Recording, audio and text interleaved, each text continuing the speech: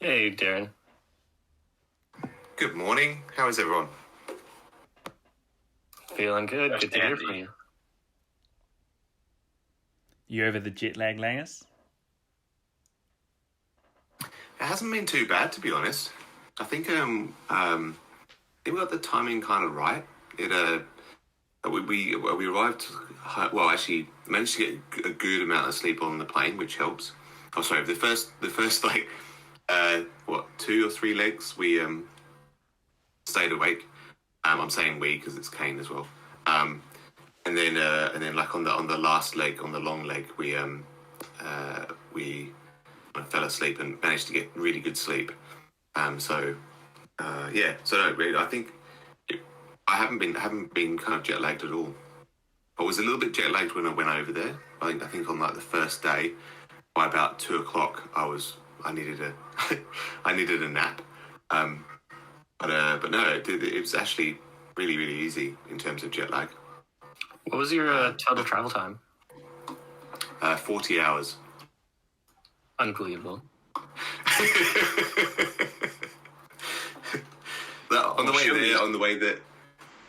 way there, we were a bit unlucky because it would have been like a couple of hours less. But we took off from Houston and heading towards Bogota, and halfway across, there was a medical emergency on the plane, so we had to turn around and go back to Houston, which was a bit. We were almost there. We'll probably be about 2 or 3 hours away from Bogota after traveling all that time, and then we had to go back to Houston. But it was just a quick turnaround, so it wasn't too bad. Crazy luck, though. Yeah, it is crazy luck. Yeah, it's definitely a long way. Yeah, I think we probably could have got better flights, but yeah, eventually, but it was kind of fun. We I think that we had like how many hops? Brisbane, Sydney, San Francisco, Houston to Bogota. So yeah, it's five legs in total. But everything went really well. Like, I think we had one flight that was delayed for like 20 minutes. But the actual kind of like travel and everything went really, really well. So we were lucky. Nice to hear. Glad to have you back with us now, though. Yeah, loads going on. So and Ken's gearing up for ETH Denver already, so that's good. Yeah, I just saw the. Yeah. I've sent off all the sponsorship stuff to ETH Denver now, so I'm waiting for them to come back to me on that stuff, and then we can kind of start figuring out what we're going to do, and then hopefully start booking accommodation and that sort of thing next week. Sweet. Do you know if they're doing any hackathons that Rocket Pool could also potentially help sponsor?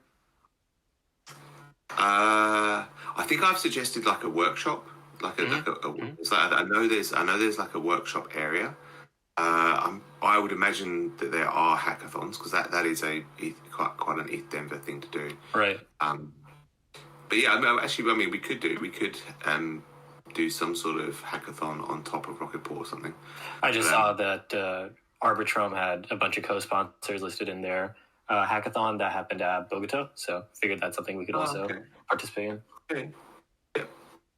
Yeah. Well, Ken, I think send anything like that through to Mav. I think Mav's putting together basically a list, and then we'll start working through them and figuring out what we can do and how we're going to do it and that sort of thing. Yeah, I'm having having a chat with Ken over the weekend about that. So yeah, it'd be great to get this planning underway.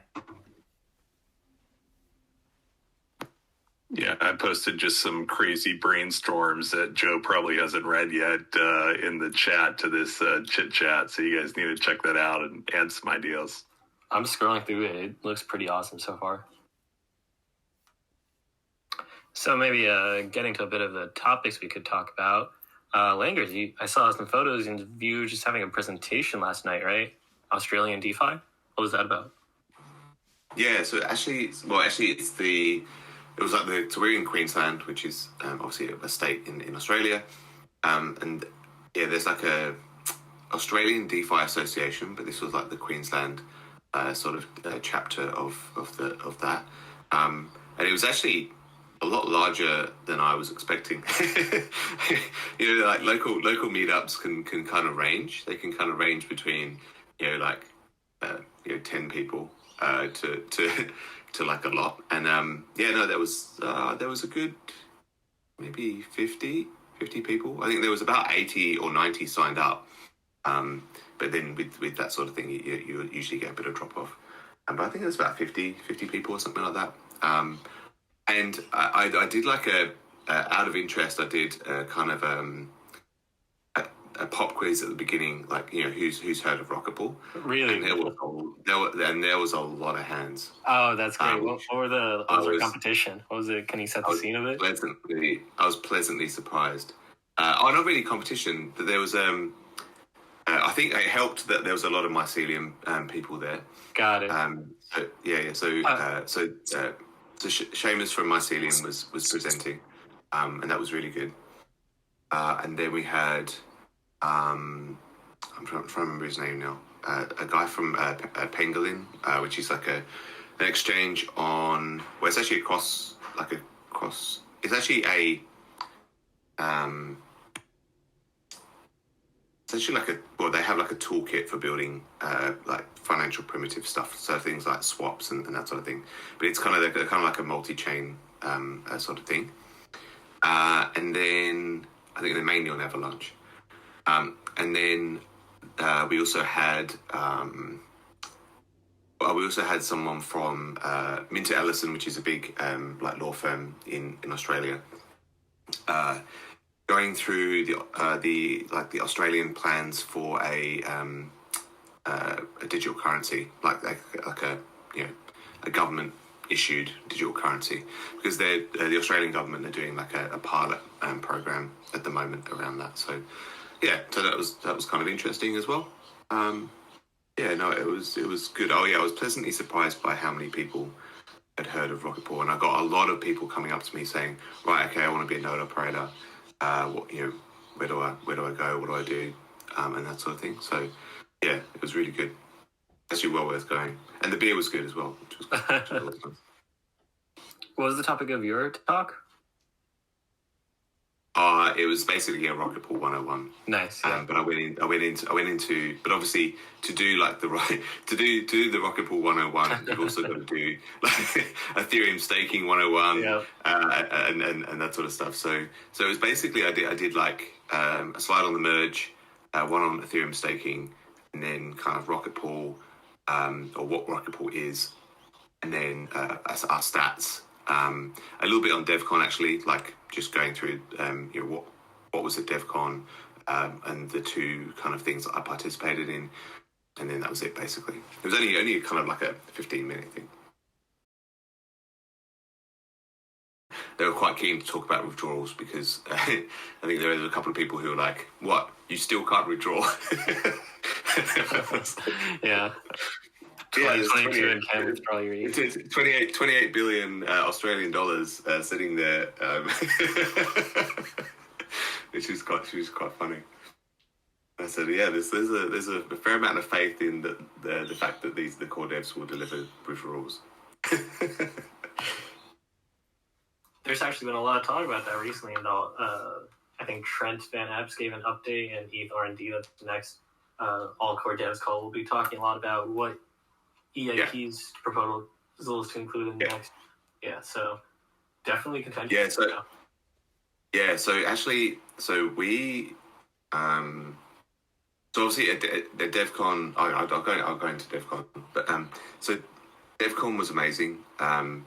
There was like 6,000 people at Devcon. It was absolutely huge. I think it's like twice the size of like the last Devcon, which obviously was about 3 years ago. And it was amazing. Obviously, there's a lot of people who are building the actual core kind of protocol there, but then there's just like thousands of people who are just building every conceivable thing on top of Ethereum. So it does give you a sense of perspective, especially as that's like 6,000 people who have traveled to Bogota Wow. So it's pretty amazing kind of ecosystem. And like the I think Aya's talk was like the opening statement talk was really good. It kind of like set the scene a little bit. The opening ceremony in general was really good fun. I kind of loved it. And we kind of like we had all these plans of maybe we'll go do some talks and that sort of stuff. Go attend some talks and that sort of stuff, but we didn't. Mainly because we very, very quickly realised that our time was best spent actually talking to people. Yeah, you guys must have been some pretty hot commodity there. Yeah, the brand recognition is much better. So I think the first time I was wearing my Rocket Pool t-shirt, I think I said this on the Twitter space, but the first time I was wearing my Rocket Pool t-shirt, I got out of the taxi and the first person I saw went, "Rocket Pool!" That's incredible. So it was like, whoa. First person I see when I get out of the cab went, "Rocket Pool!" So that's a feel-good moment. That was really good. It is. It really is. It really is. And like you walk around the the conference center, and there's just people coming up to you kind of all the time. I think on our Houston flight we were flying with Danny Ryan, Evan, and Alex Stokes and that sort of stuff. So it was just what a flight. It was. Oh, that flight was it was basically. I would say about 4/5 hoodies. So they're about 4/5 of the plane were wearing hoodies. It was shadowy super coders. Yeah, that's right, exactly. So yeah, that was pretty cool. So in terms of so we kind of quickly realised that we had to talk to as many people as possible, and we definitely talked to a load of people who are node operators. Considering we've got like 1,600 node operators. I think we probably met, I don't know, about 8 or 9 of them while we were there. So it's like really interesting to kind of like to see that. Did you happen to pay attention to how many rETH holders you met? Probably a less likely thing to come up, but that would have been interesting. Yeah, no, I did. There were definitely people who I'm holding rETH and that sort of stuff. I didn't count them as much. Right. But yeah, no, and then on the flip side of that, we also spoke to people who were like, I'm thinking about staking my ETH, and I don't know whether to do to run my node or do rETH and that sort of stuff. And so we would just kind of like take them through it. One guy I was talking to, I was like, okay, so you can make more money as a node operator. And he said, yeah, I know. And he said I was going to do some like solo staking, but you guys do seem pretty good. But he said I'm gonna to be able to stake my ETH, I'm gonna have to buy a lot of RPL. Yeah. I went, well, do you know what? You should go speak to Marceau in our Discord, because he'll have something to say about that, or he might be able to get in touch with somebody who can do like an OTC trade or something. So that was quite interesting as well. Glad to hear. Yeah. But the rest of the time was us trying to tap every core dev and every EF researcher that we could find. I think I've spoken to every EF researcher now, pretty much, and a lot of the kind of core devs. And I basically asked them the same questions: when withdrawals, and kind of what's going on, and the general theme out of the entire thing was, okay, so first of all I said, there seems to be something going on with 4844, people want to get 4844 in and that sort of thing, and maybe kind of delay withdrawals, because that's what we were kind of hearing in like one of the sessions. And every core dev that I spoke to said, over my dead body, we are not delaying withdrawals. Withdrawals is basically like all the spec for withdrawals is done. everyone is really comfortable with where withdrawals is at. We are going for withdrawals. We've got this social contract with everybody that we're going to do it. There is absolutely no way that we're moving withdrawals. So withdrawals is going to be the first thing we do, and then the only thing that they're kind of umming and ahhing about is whether they put 4844 in the same fork, which would mean it pushes it out. But from everyone I've spoken to, there's no appetite for that. So it really, so it's not conclusive yet. Unless you ask Coinbase. Unless you ask Coinbase. Right. Unless you ask Coinbase, and then they're like kind of stamping their feet. But everyone else wants to do withdrawals first. And I even spoke to one of the researchers who's working on 4844, and he basically said, yeah, the spec's not ready for 4844. So the developers are going to have to wait for it to be kind of, there's a couple of key problems that they need to get around, and so it's not ready. And he said, to be honest, it makes more sense for us to do a withdrawal hard fork and then a 4844 one later on. I think even just chatting to them, even from a resourcing perspective, it sounds like that's kind of much easier as well. So and then it was kind of like drilling into, okay, so let's say that 4844 isn't in there. When do you think you'll be able to do it by? Because there was, before we went to Devcon, there was this thing about it might be by the end of the year. It might be like December. Mm-hmm. But everyone was kind of saying, well, we've kind of started work on it, but for us to be able to finish it, we would have to be doing it now. And I'm standing here at Devcon. They said it's unlikely. Then I think there's a lot of things that they need to kind of like just iron out. So our guess is, and pretty much everybody's estimate is kind of like March next year is when withdrawals is going to be kind of ready, because that kind of gives them enough time to kind of go through and do all that testing and that sort of thing. So that's kind of February, March next year. I think probably February might be a little bit early, but yeah.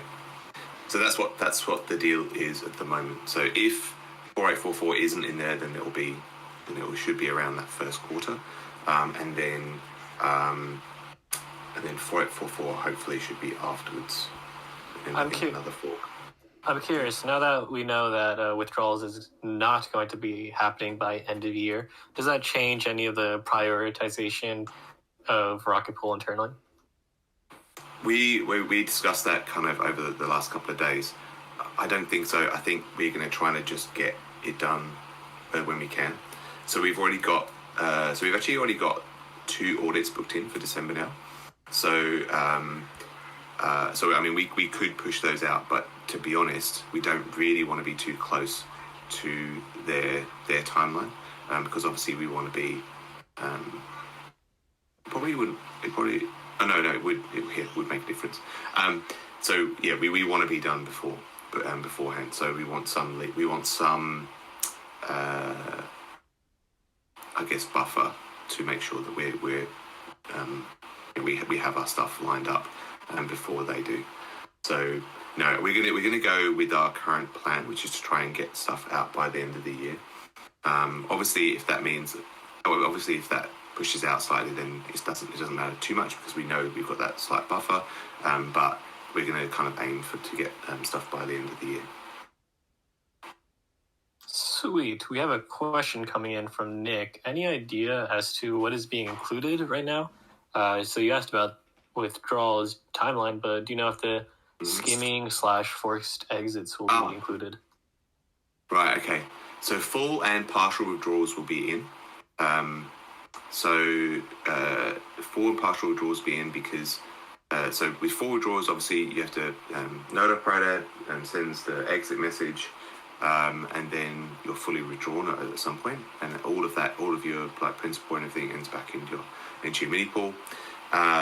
Partial withdrawals will also be implemented. How that's going to work is, so that's an ongoing process. So you're still validating, and what's actually going to happen is the consensus clients are going to scan through all of the validators and anybody who's basically got anything above 32 ETH, I think there might be some other number, but like anything above 32 ETH is going to be skimmed into your withdrawal credential. So that'll go on an ongoing basis.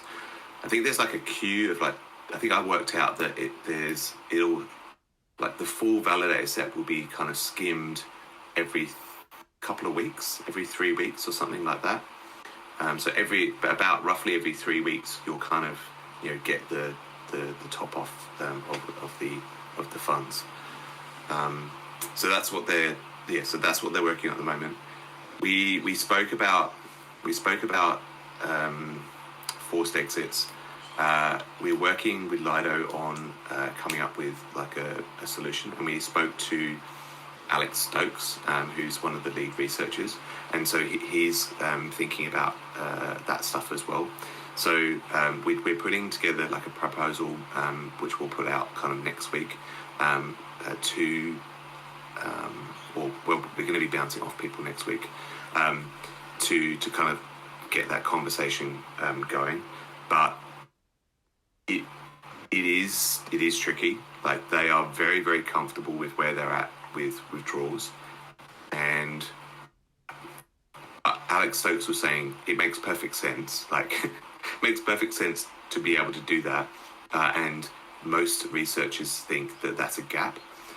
We just need to kind of work through some of the issues, which is kind of like mainly around like it's not terrible. There are some solutions, but mainly around like DOSing the consensus clients, and how that kind of communication goes over between the execution client and the consensus client. So we can kind of like iron out some of that stuff, then it's not too bad. Considering if they just do withdrawals, then this is something that they may be able to get in, but we need to move quite quickly to get something in front of them.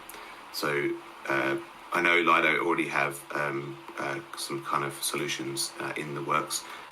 I feel that we need to do like a big engagement with those solutions, because you can't really. What we found is that there is absolutely no point in an external. Okay, although the EIP technical coming. Although the EIP process is a very kind of welcoming sort of process, there's absolutely no point in somebody external raising an EIP and saying this is what we should do. Right. The best thing you can do is to speak to key core team members to get their opinion on it and craft it in that way, kind of co-develop it. In that way, first of all, you're building support, and second of all, you're actually getting a much better outcome and something that is more likely to actually get through, because it's being considered with all of the performance implications or and all of that sort of stuff kind of built into it. So one of the fantastic things that Devcon did was we've just renewed all of these contacts that we had before. So now we've got some really, really strong contacts within the core teams that we can kind of bounce those ideas off of. And I would imagine the core teams are fairly appreciative of what Rocket Pool does for the staking clients. Yeah, and they are, they're very, I mean, they really like Rocket Pool. I think they all have similar kind of value systems to us generally. They see the kind of benefit of being kind of with Rocket Pool. I mean, we were talking to some of the Nimbus guys, and they absolutely love us, and that sort of thing. So yeah, it really is good. So I started to have those conversations with different core devs. The trouble is, we had a few different things that we wanted to try and iron out, and there's kind of limited time. So now that we're kind of back, we can start attacking them one by one. We made a fair amount of... Go. I was just about to transition forward, but if there's something you wanted to add on, go for it. No, we spent quite a bit of time talking about forced exits, we spoke a lot about EIP 4788. Yeah, one of those. The beacon chain, the beacon chain state, state one. With the beacon chain state one, that was kind of going to be ideal for us. But when we've been speaking to like researchers and core devs, there's a particular kind of problem with it. That means that they're really apprehensive about.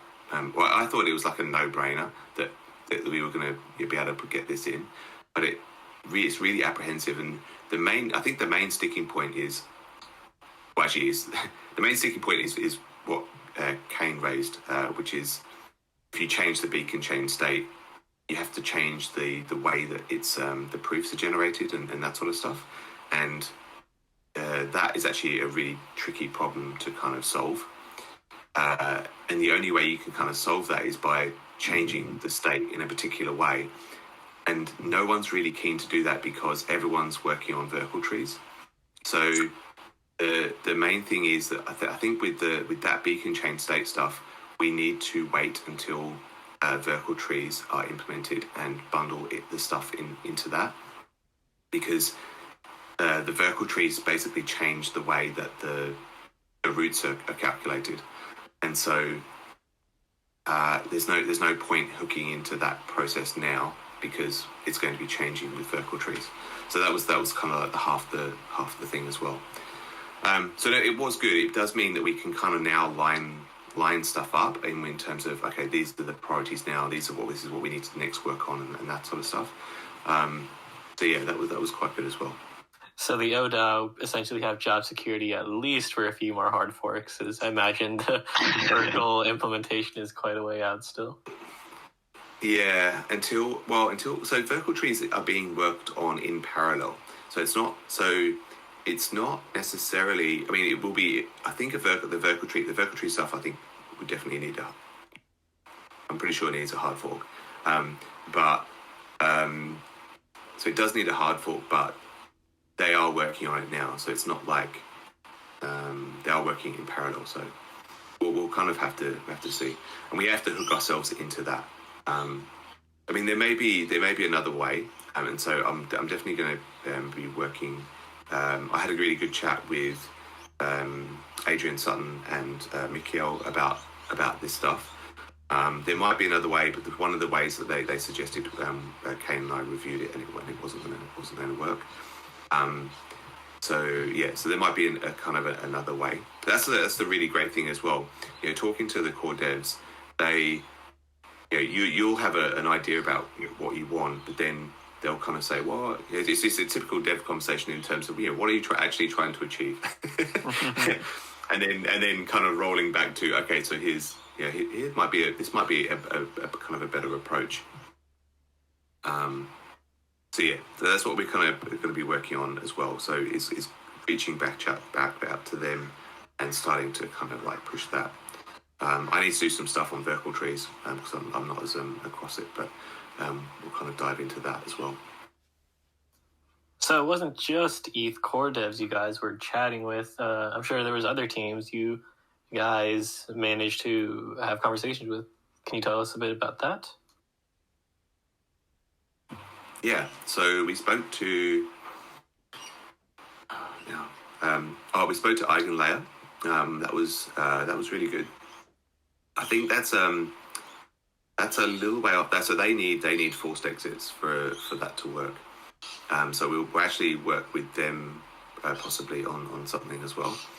But for Eigenlayer to properly work, you need forced exits. But it does look interesting. I still have a slight worry, but I put that kind of across in terms of, so with the whole restaking thing, you just got to make sure that you don't restake the whole lot. If you know what I mean. Like if you restake the whole lot of your ETH, it means that if anything catastrophic went wrong, you have no. Right. Basically, there's no incentive for you to actually carry on. So there's a few things like that, but it doesn't seem too bad. And it's certainly from a capital efficiency perspective, it's pretty good. So yeah, so no, we had a really good chat, and so and I've chatted with Shrem. I've chatted with him before, and came away thinking that it was a pretty cool idea. So yeah, so that was good. We caught up with them, and so there's some stuff that we can work on around that as well. I met with Element, and so I think I need to write that down actually. We're going to kind of work on like a proposal for putting rETH into Element. Element being the fixed income product, correct? That's correct, yeah, the fixed income product. What was interesting about Eigenlayer, so Vasily in his talk where he sort of gave an overview of the ecosystem mentioned how Lido as a professional node operator set with opinionated operators is not really a good fit for Eigenlayer, given that, yeah, they sort of have to have a prescribed set of what is allowed, what isn't allowed for restaking. Whereas if you have more individualized or permissionless systems, you have a way more customization opportunity. Yeah, that's exactly it. And so and Shrem was that was kind of his point, was that a decentralized validator set is the ideal situation, because you don't want anybody who could essentially you need people who don't know each other. Like I know there's like 15,000 people in this Discord that kind of do know each other, but at the same time, they're not necessarily known to each other. So you don't want that kind of influence across or being able to kind of collaborate. What's the better word? Anyway, being able for them to be able to kind of collaborate and that sort of thing. So collude. Yeah. So actually, collude. Thank you. So that is So a decentralized validator set is the perfect accompaniment to Eigenlayer, for that kind of reason. And I think their data availability stuff is kind of being geared up. It sounds like Vitalik's talking about that a little bit. So no, it'd be interesting. Other people we spoke to. I need to go through my list. Did you get a chance to talk to Did you get a chance to talk to the Hop team? Yes. Spoke to the Hop team. Well, Chris. Actually, Chris and I have met before. I think we might have met in Prague or something. I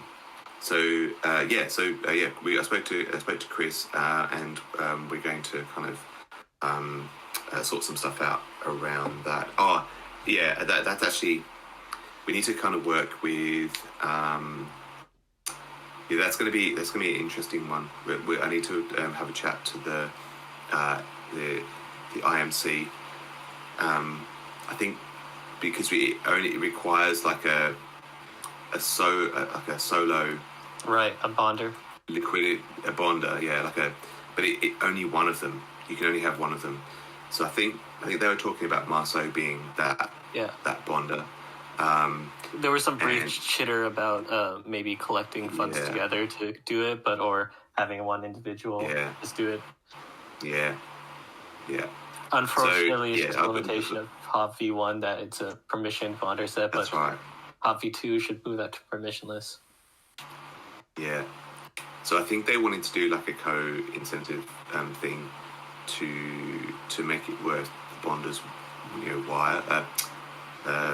worthwhile and that sort of stuff. So that stuff we'll need to kind of chat through with the IMC.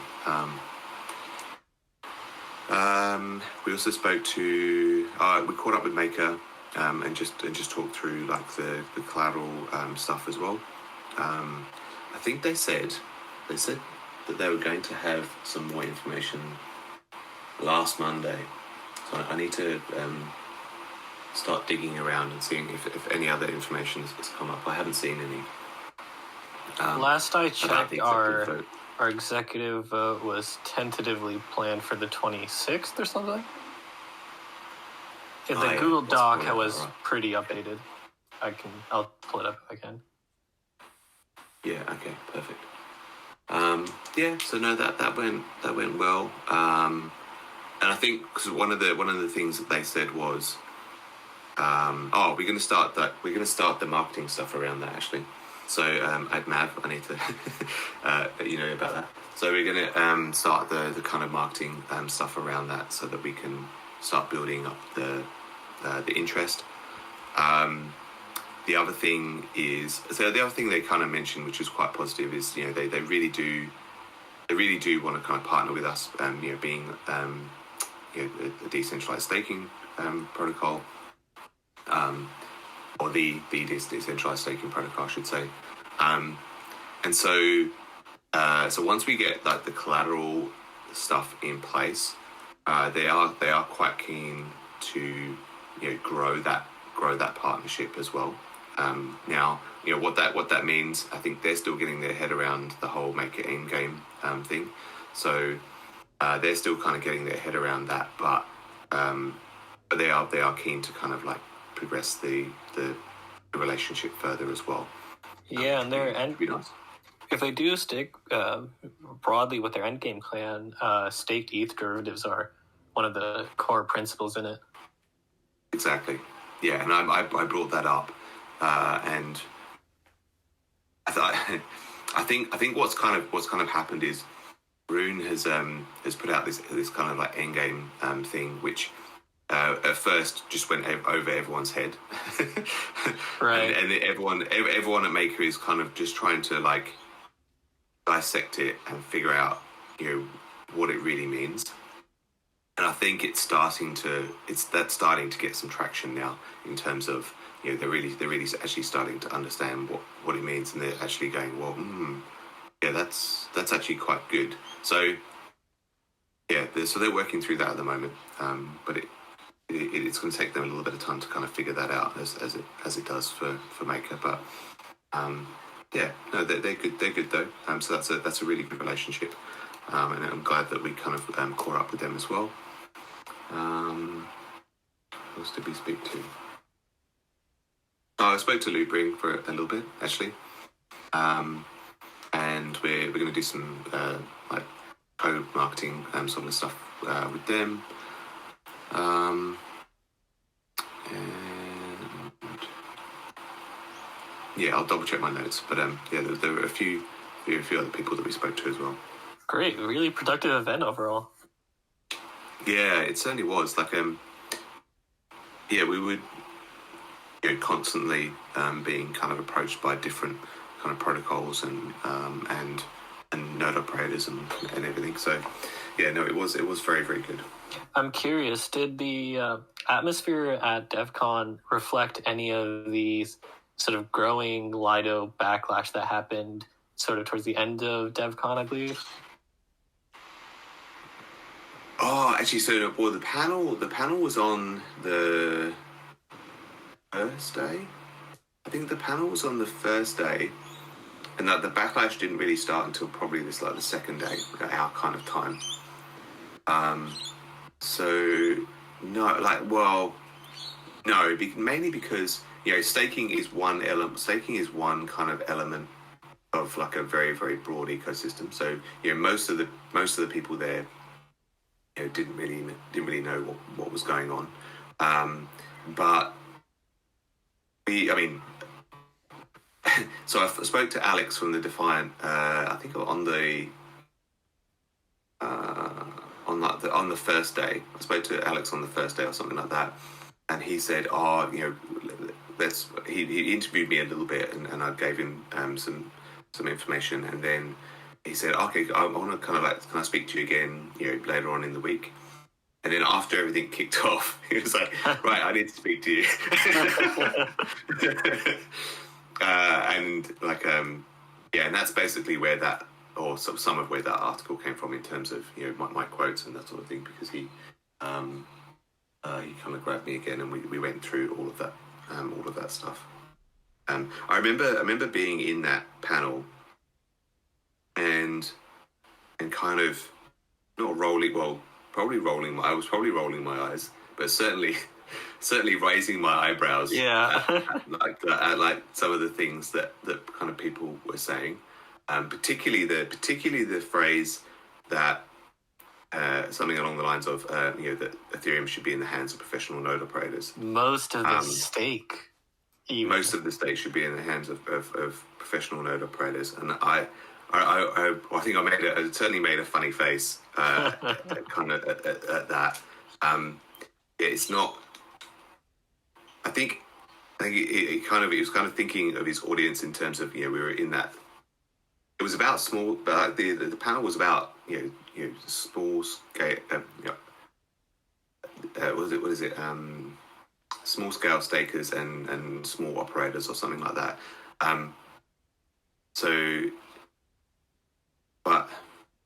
It was certainly kind of a weird thing, or a very telling thing to say. Right, and justifiably. I'm glad the RP intern was making notes at the time. Hard at work, absolutely.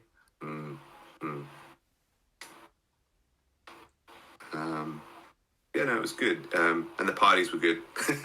Oh yeah. So there was some good parties. So that was good.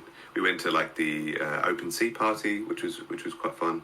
We went to the Maker Divinity one. I went to the ENS one, which is like a pre-drinks thing. That was quite good. And what else did we do? Did you collect any good POAPs?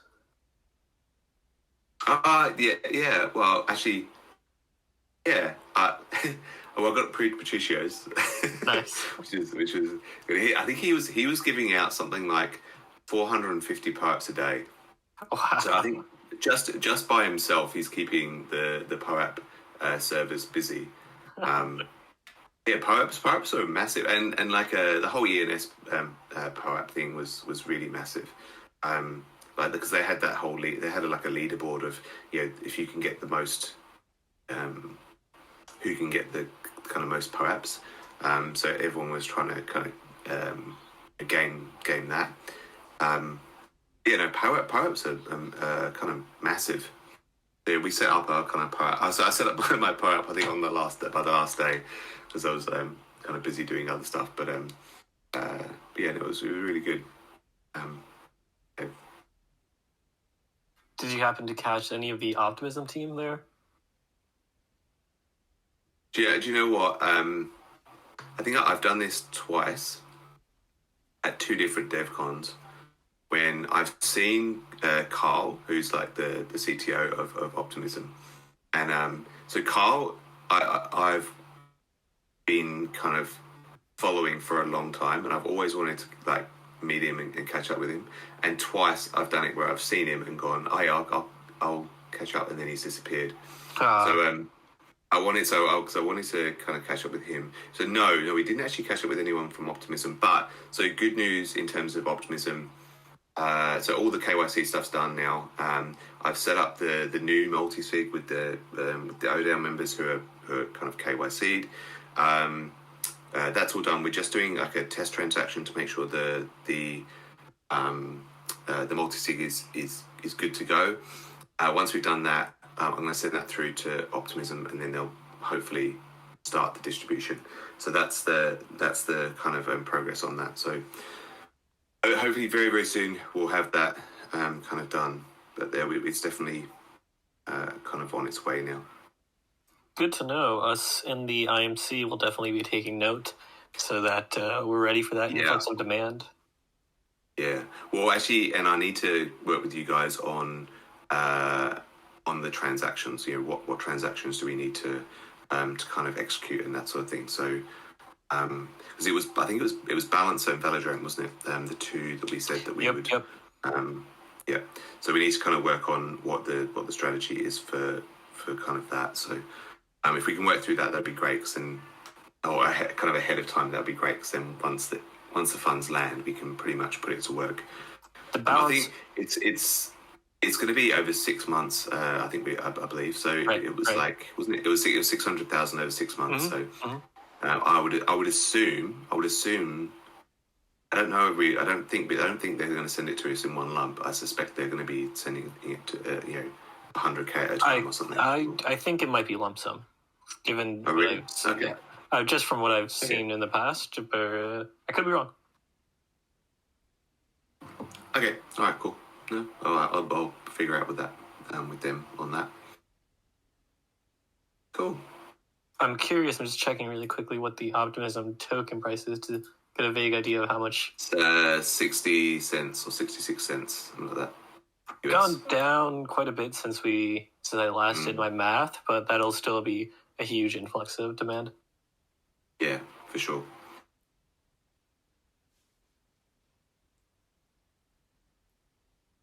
So there's been lots of community discussion about LEVs and the website. Yeah. We had Valdor just put up a governance post talking about how different forms of LEBs should reflect different potential maximum collaterals. How has the team sort of been thinking about this whole recent drama around maximum collateral?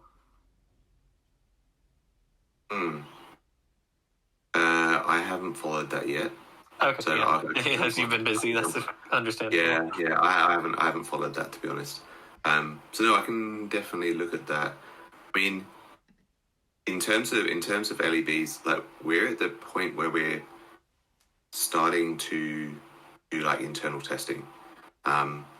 So a lot of Kane's been working fervently on the contracts. So I'll kind of work through that to see if there's any kind of implications. But yeah, we need to. For us to kind of hit our target, we need to be locking things down. So if there's anything that's going to change anything, I would be reluctant, if you know what I mean. But we can go. I can go through it and make sure there's no ramifications or what sort of things we can do about it. Yeah, time seems to be of essence, so hopefully it's nothing too major. It seemed fairly innocuous of a thing. Mm-hmm. Okay. All right. Cool. In terms of the website, there's definitely a few things going on, and I think even internally we're not completely resolved. So there does seem to be like three.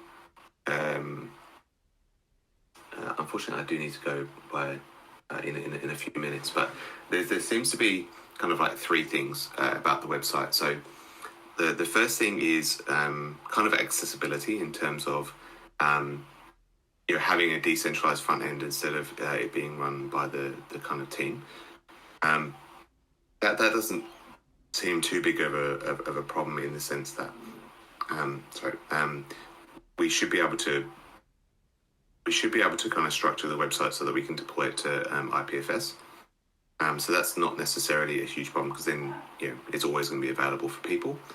So that's like the first thing. The next thing is around community contributions. And as I've kind of said a couple of times, I would love to get community contributions I am extremely torn because I would love the website to be open source as well. But the threat of kind of spoof websites is real. So I'm very, very torn around that. Obviously, there are spoof websites now, but they are kind of almost laughably obvious. But if we open source the website, they wouldn't be. They would be exactly the same as Rocket Pool. So that's where we are very kind of torn on that because we want it to be open source, but we also are very, very worried about that. And it's so that's where we're kind of at with that. I mean, there could be a medium solution where we have some other core contributors that we have on the thing as well. So we could kind of look at that. Then there is the third thing, which is brand, because as soon as we open it up to community contributions, I'm pretty sure the first PR that's going to be raised is to remove the orange from the website. So, and it's kind of like the brand. And so that's where we're kind of like really trying to figure out, how that's kind of going to work. And in a sense, I am very supportive of, so I'm worried about like a split brand. But I actually think, the community having like a community website is not a bad idea. I am just worried about like a split brand and that sort of thing. So I don't think it's not useful, but I don't think it's helpful necessarily to have like a split brand in the market. So it'd be good to be able to kind of consolidate that or have some way of kind of reconciling that. That's where I'm at the moment in terms of, there's a whole bunch of stuff going on in my head around how we could try and do that. But I haven't come to any conclusion, and I definitely want to kind of like speak to people in the community around where we can go with that.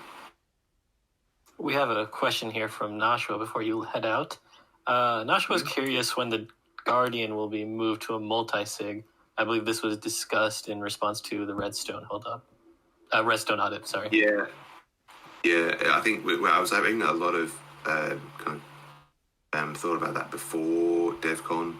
I can't tell you when, but it is kind of higher on our priority list.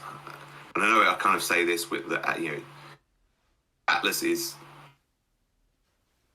a lot kind of going on. So, but we are aware that it's important to the community that that is kind of moved.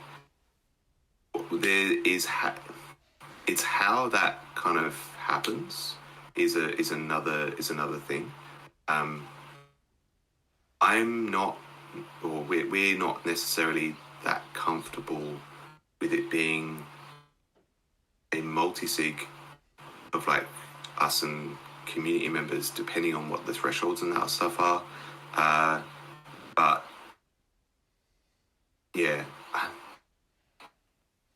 I've kind of been bouncing around ideas for that, and it is something that is kind of important to us in terms of we know that we would like to beef up the kind of like security of that, and that was actually something we raised internally like quite a while ago, that we need to kind of like sort out. So we're kind of aware of that, and we know that it's something that the community are kind of feel is important as well. So we are kind of working through that. I don't have a proper solution to it yet.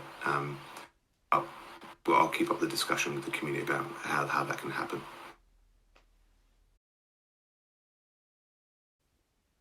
Can you hear me? Yep. I can hear you.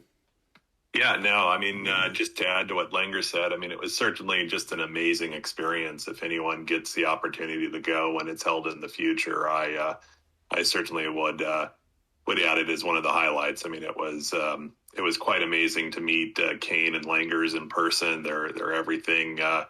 They are online, but greater and in 3D. So it was really fun to hang out with them a little bit, both in the sessions and outside the sessions. And it was, truly just an awe-inspiring conference to be at, to just see the number of people. I mean, I thought East Denver was big. This was bigger, it seemed like. And, it was nice that it was so well organized, but still on the days that it was crowded, you literally had to get in line, 2 sessions ahead of yours to, the one you wanted to go to get into the room. So it was there. And as big as it was, I was surprised that, staking is just such a small part of the Ethereum community that most of the folks, outside of the staking sessions that you would interact with too, and the restaurants and the lines and just the communal spaces, had no clue about how staking worked or some of this core protocol, which I thought was really weird for a Devcon conference. And I thought, well, everybody must know how Ethereum actually works in the back end, but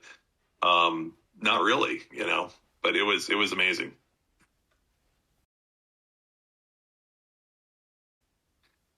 Yeah, I mean, I heard the numbers were somewhere around 6,000 for Bogota. It'd be interesting to see if they release like a final count number and so forth. But the venue is at least, I gotta say, maybe 4x the size of ETH Denver. Now, ETH Denver is moving this year to a new venue, which I don't know. I've been looking at a lot of Google Map images of it. It's the National Western Rodeo area in the North River complex area of Denver. So it's kind of an industrial livestock area. And if you look at most of the pictures, it actually looks like a rodeo arena. But I've been told that it will work for ETH Denver and that they're planning on a really big attendance this year. But, for anyone looking to go, and it sounds like Rocket Pool is going to have a big presence there, and it'd be great to meet as many people from this community there. But I think we've all got to be kind of watching that Discord. And as soon as those tickets open, you just have to go fast.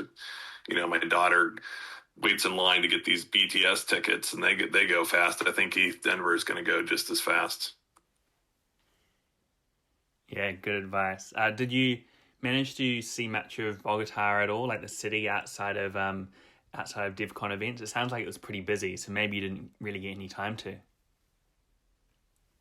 Yeah, no, I was fortunate if I had my wife accompanying me down there, and I think I got a little bit of crypto bug biting her too, as she realized that there's a need for educators in the space of Ethereum. I mean, one of the things that I didn't really understand till being down there is that it's not just a computer network. It's not just a blockchain. It's very much, the ideals and concepts that are built on Ethereum. And so she really enjoyed interacting with a lot of folks that were kind of building the education. She's a teacher, and so the educational aspects of it and some of the applications of onboarding the next billion from Africa and so forth, I think really resonated with her. But yeah, we arrived the weekend before, and we got to see a little bit of Bogota and Montserrat that's up on the hill there, and a little bit outside of the town, and I think it was called Chia, a little town to the north of there.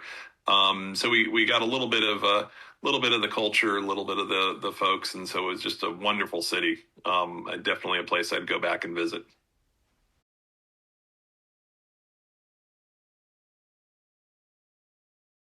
Hello? Can you hear me? Sure can. I think my mic cut out for a while there, sorry. Oh no, okay, you're back anyway.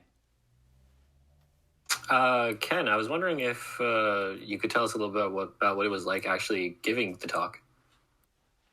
Yeah, it was a little nervous because the room was big, and they had a really professional IT group there, or AV group that was like recording it and producing it, right? So they had very professional cameras in the back and 3 or 4 people that were working the slides and so forth. And the stage is built up. I don't know if they custom built these stages, but each room had a different theming for it. I mean, they must have spent probably $10,000. Well, maybe down in Colombia it doesn't cost that much, but I mean, they were nice stages, right? Even for these smaller areas for it. So it was pretty good. I really enjoyed, once they got my slides and they said that everything was working, I felt a little bit more comfortable. So that was good. The one thing though is these talk sections were only 25 minutes, and I had to go pretty quick there. So I was a little nervous trying to get it out. And then once I realized that I was on track on time, I think I felt a little bit more comfortable, but it was nice. And, had a chance to, you kind of have to get off the stage, and they remove the mic from you, and you're kind of out the door as they're changing out the room as people are trying to get in and out of these long lines, but had a chance to talk for about another 30 minutes or so outside with a number of folks that were interested. So I felt pretty good about it. It was very nice to be able to be in the presenter list, along with, many other presenters that I thought were, kind of the top Ethereans out there. So that was nice and a little bit of an honor. So I felt good about it. Hopefully it went well. What was the crowd like for your talk? Fairly well informed, or? Yeah, it was interesting. I think I put it down as intermediate and so forth. The room was about half full, and the people that came up afterwards asked, they were knowledgeable about staking. I think the one key thing is a lot of people wanted something similar for like solo stakers and so forth. And so that was kind of interesting to see how that was. There were a number of other protocols that were listing in that I might also be kind of looking at the smoothing pool to see it. But the one interesting thing is there was an earlier talk that actually talked about possible solutions that Ethereum could use for proposer builder separations, and one of those is aggregating it in a smoothing pool as well to kind of help mitigate the centralization effects of MEV, and the builder centralizations of MEV. And so I thought that was kind of interesting. So hopefully, if there's one thing they take away, hopefully they could observe the rocket pool smoothing pool as, a model of, well, does it actually work, and does it help socialize it or not socialize the MEV and so forth. But I enjoyed it. I mean, there were a lot of really good talks on staking and the staking track. But again, that was just one of the many tracks that they had there. And there's a whole world of Ethereum outside of the validator experience. I think, Ken, your talk made a few solo stakers wish that we had the solo staker migration feature up and running.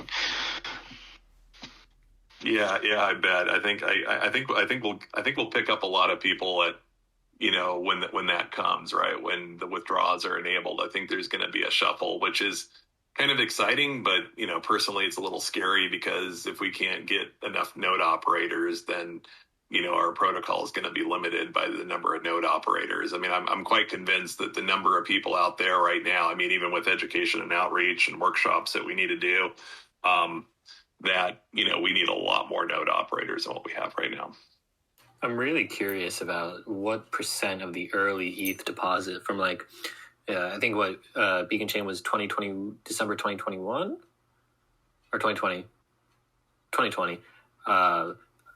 And Lido really takes over pretty quick, but there was a bit of a time period where the early market was dominated by enthusiasts. So I'm curious just how many of those people are going to end up making the transition. I think we'll get a good chunk. Yeah, I certainly hope so. I mean, if they do the math just in terms of return on investment, I mean, not everybody's a profit maxi, right? But, I think Rocket Pool, you could still hold to the ethos of decentralization, but still get extra return. And I try to kind of play the altruistic card a little bit and say you can actually help another fellow Ethereum stake their stake where they don't want to be a node operator or validator, but you can help them stake it, in a decentralized method by being a Rocket Pool node operator. So it's actually more your responsibility or your civic duty to be a Rocket Pool node operator over a solo node operator, because you're only benefiting yourself, Yeah, I strongly subscribe to that. I mean, by being a Rocket Pool node operator, not only are you taking away your 16 ETH from being staked with a centralized exchange, you're pulling 16 ETH out that would otherwise be exchanged. And this effect is only compounded by LEVs and so on. Yeah, exactly. So, I think the perfect scenario would be we get LEVs out, we increase our lift capacity of our ETH by, 2 more X, so we're 3X, and that happens coincidentally or just right before withdraw, so that there is easy fluidity and easy, no friction transfer for people that want to change their LSD staking over to Rocket Pool. That would be the ideal scenario. Has anyone done any math about what the time to recuperating startup costs is going to be like with LEBs? I think it's something like so we were aiming for a 1-year break even with RPL rewards and ETH rewards to cover the RPL cost, to cover gas and everything. That was one of the goals. But LEBs is obviously going to change the dynamics of that. So I'm wondering if anyone's done updated math.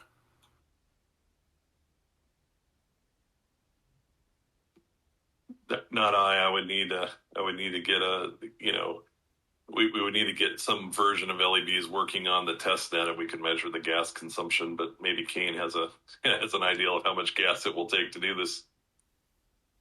No, not off the top of my head anyway. I mean, we'll know a little bit more in the coming week or two as we actually test start testing these contracts on our new DevNet.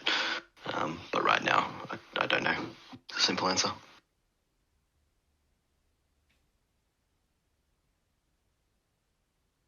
So in some other news, rETH is getting pretty hot in DeFi.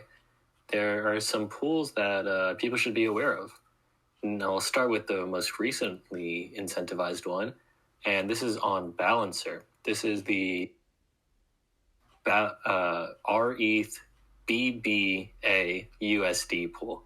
So that's a weird one, but the Balancer, one of the Balancer devs, Solar Curve, has put a large amount of bribing power into this pool. So it is currently paying out at 505% APR. What you're essentially doing is LPing rETH USD.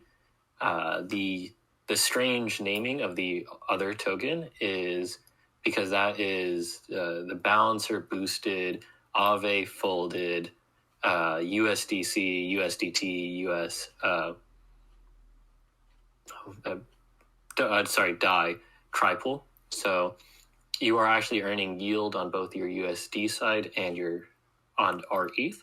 So it's an interesting pool, and they're trying to bootstrap this also with rETH. So the pool exists on both sides, but right now the yield is far, far higher for rETH just because it is so new. I managed to snag a couple hours yesterday, being essentially the entire pool. And in those 2 hours, I made the equivalent of 100,000% APR. So it was quite nice, but of course quickly got diluted. And I encourage you to join it while it is still hot. It says 500% APR for ETH's USD LPing is great. Getting the token, the BBA USD, can be a little bit confusing. You have to either exchange for it on their website, but if you do that, you have to be careful which version of the token you're trading for, or you can deposit the stable coins into the pool itself to mint the token. I would recommend doing the latter because you don't want to accidentally buy the wrong token, or just pay attention to what token you buy. On top of that, I believe Lord Bognoff, who recently sold off a bunch of RPL, but I believe they're still intending to incentivize the rETH covered call vault on Ribbon. So once those incentives are live, that should do a lot because I believe he is a very major RBN whale.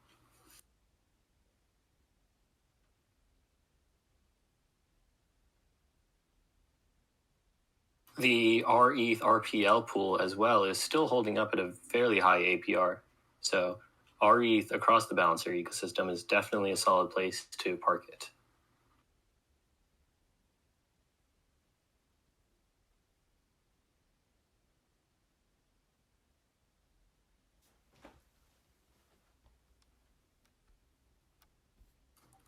I'll post a link to the pool I'm talking about in trading if anyone is curious. I think that pool needs a button that just says ape me in, and it magically behind the scenes converts your existing positions or whatever to grab that yield while it's hot. It's a bit annoying too, especially when the pool TVL is low, because if you can't ape in single sided, otherwise you're going to get destroyed on a slippage. You have to move in pretty close to 50-50. I spent a solid hour just trying to get the exact balance and get the right token yesterday when it was empty. Oh, well, that makes me feel a whole lot better because if it took you an hour, it would probably take me 3. And I looked at that number and thought, I probably should do this, but just realized that, didn't really have the time. So, no, that makes me feel a lot better. Just make sure you're using the right token because it's kind of like RPL where there was an old and new one. So I had to end up migrating my pool token to the new one. So for this pool, do you know what the contract address for the Balancer Aave boosted stablecoin pool is? Yeah, I can get it for you in a second.